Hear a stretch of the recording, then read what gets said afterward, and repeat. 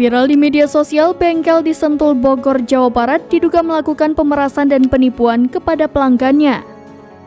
Diketahui pemilik motor merasa kaget karena harus membayar hingga 2,7 juta rupiah hanya karena minta motornya diganti oli. Lewat akun TikTok @ecadama08 pada Minggu 30 April 2023, tampak seorang pria protes harga tak wajar yang ditagihkan kepadanya.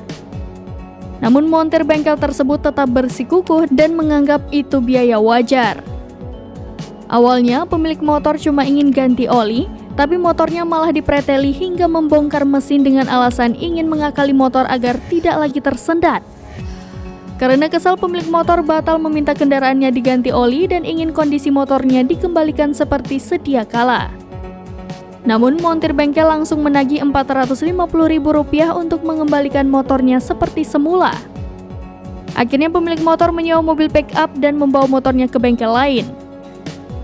Saat dicek di Google Maps, bengkel motor bernama Hans Motor tersebut ternyata banyak dikomen buruk oleh pengguna.